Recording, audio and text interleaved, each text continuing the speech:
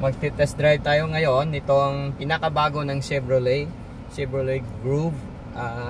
Is this a 5-seater, right? Yes sir, 5-seater po. Titignan ninyo, no, naka-sporty seat bucket siya, no, yung para sa driver tsaka sa front passenger. By the way, through the kindness of one of their sales executive and one of the top selling agent, si Mr. Edmond Pundario Baluyot, just in case lang may kailangan kayo, mamaya i-detalye natin yung mga cellphone number niya, contact number niya, at saan branch siya. Okay? Yes sir. Alright, ito ngayon ang pinakabago. This is a 2025, right? Yes sir, 2025 model po. CVT din to. Right? Tapos ang ganda ng mga ano niya sa aircon niya, oh, mga controls. Although mayroon din dito siya sa kanyang infotainment system. Meron siya. Ang maganda pala dito sa infotainment system niya ay meron siyang Android Auto tsaka Apple CarPlay. Wireless or wired? Wired po sir. Wired, okay. Yes sir. Alright. Dito naman sa kanyang instrument panel, makikita mo lahat ng detalye, no? Mga trip mo, yung pati siguro kung i-control mo dito yung tungkol sa kanyang tire pressure monitoring. Yes sir. Meron itong function na gano'n. Tapos may cross control ito. Yes sir. Ang cross control ata nito ay adaptive, right? Adaptive sir. Yeah, Yes po. this is an adaptive cross control vehicle. So hindi ka ma-aksidente kung halimbawa ginamit mo siya, naka-turn on siya, no, habang tumatakbo. Ang ganda ng kanyang feel, ng kanyang manibela, oh. Alright? Saka sporty. Naka letter D shape siya. Ibig sabihin ang bottom niya flat, no? Kaya hindi siya babangga sa paa mo. Napakaluwag po. Kita nyo, ito ang seating position ko. Tignan yung layo pa. At saka ang likod niyan maluwag, mamaya ipapakita natin. Alright. So, without further ado, kasi yung iba dito, yung mga features ng sa pintuan, mga automatic window, parang pareho na rin sa ibang kotse ng mga moderno. Okay? Ng mga bago. So, by the way, bago ko makalimutan, meron itong sunroof, no? Right. Kung gusto mong buksan, hindi ka naka-aircon, pwede, no? Lalo na sa gabi, no? Mga pasahero mo, makita nila yan. Alright, let's go. Yes sir. Panig tayo tumagal. Okay.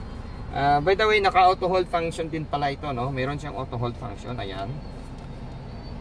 Pwede mong i-on or i-off habang tumatakbo ka sa mga traffic.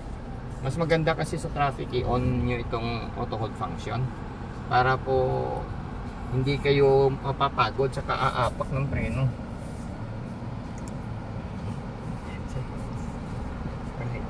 Dito tayo? Dito tayo sir. Sige.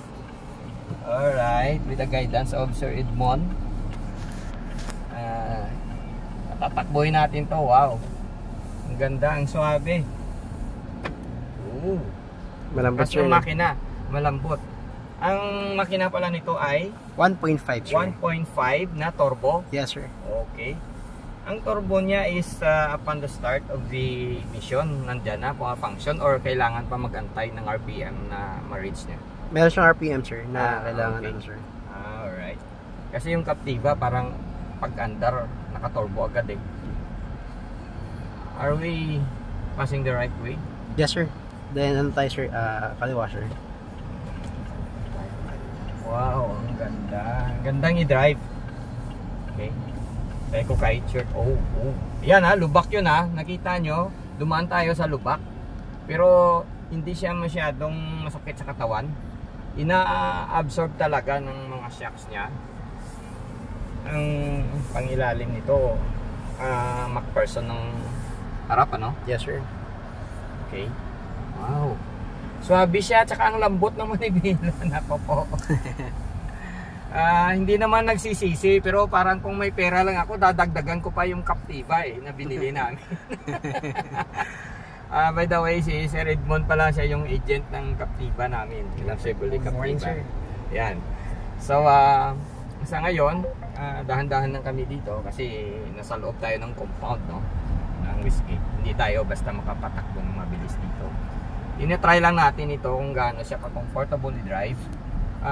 As you can see, malubak itong area na to eh. Pero pag nasa loob ka ng sasakyan, hindi mo ramdam masyado kasi ang smooth ng kanyang mga suspension.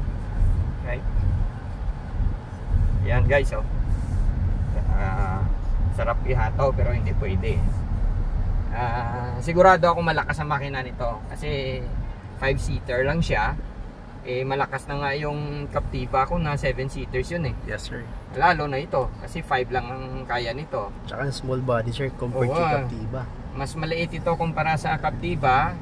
Sa length niya mas maiksi at sa width niya mas compressed. Maganda itong kotse na to sa mga beginners, no? Kasi may safety precaution or safety net siya, like yung adaptive cruise control. May mga lane keeping assist ata to eh. Yes sir, meron kasi sir. kompleto ang ADAS nito. Yes, hindi po. ko lang siya madetalye kasi hindi naman ito full review lang. Yes sir. This is just a test drive. Siguro yung full review in the future, if I will be invited and given a chance to make a full review of this unit, then I will proceed to this branch in Alabang. Okay? Yes, Alabang Westgate. Ito lang yan kasi ang Chevrolet. Right? Apo. Tsaka additional sir, si Groove is meron po siyang front collision warning. Wow! Oh, so there is a front collision warning. Ang ganda ng features niya. High-tech masyado itong sasakyan na to. May mga features siya na wala sa Captiva. Actually, yung Captiva na binili namin, kumpleto na rin eh. Full pack na siya. Pero mas grabe ito. Yan, And sir, traffic jam assist. Oh, may traffic jam assist pa. Yes sir. Oh, dito pala ang opisina ng ang sales office nila ng Chevrolet Alabang kasi pabalik na tayo sa kanilang service center. I enjoyed the short ride and driving of this vehicle. So guys, thank you very much for watching this video. Abangan nyo, baka ipapa-review sa akin to ng full details. I-review natin. And this will be the first vehicle I've ever reviewed, just in case, na brand new ha. Maliban doon sa sarili namin sasakyan, of course. Kasi ito hindi naman amin to eh. Binebenta po ito. Alright, ang introductory price pwede bang sabihin? O Yes hindi sir, pa? yes sir. 1,190,000. 1.156 sir. 1156 pala. I'm Yes, sorry. Net price po yun sir. Oh, net price po yan. Cash price yan ha. Yes, sir. Of course, pag installment, iba yung price yun. And, I hope you understand guys. Alright, here we go. Tapos na tayo. Ang ginagawa ko ngayon, nilalagay ko muna siya sa neutral. Tapos, itong electronic parking brake, ino-on ko na. Ayan, mararamdaman mo siyang na-on siya kapag bumababa itong preno mo. Alright? Lagay mo na yan sa park. Automatic na siya, oh. Makikita nyo, oh. Tapos itong auto hold function, hindi ko ino-off. Kasi, mas, mas safe ka kung naka-on yan, lalo na sa traffic. Kasi minsan, ang nangyari sa atin, binibitawan natin yung accelerator, tatakbo yung sasakyan. Yes sir. Lalo na malakas ang makina nito. So, guys, I'm sorry, hindi tayo kompleto sa review, ha. This is just a test drive. Salamat, Sir Edmond, sa pag-invite sa akin na makapag-test drive. Ang ganda talaga ng sasakyan na to. Alright, mag-hazard lang tayo kasi parang may customer na dadaan. Okay. So, have a good day guys. Bye for now. Please subscribe to my channel and like and hit the notification bell. Bye for now. For more details. Bye-bye.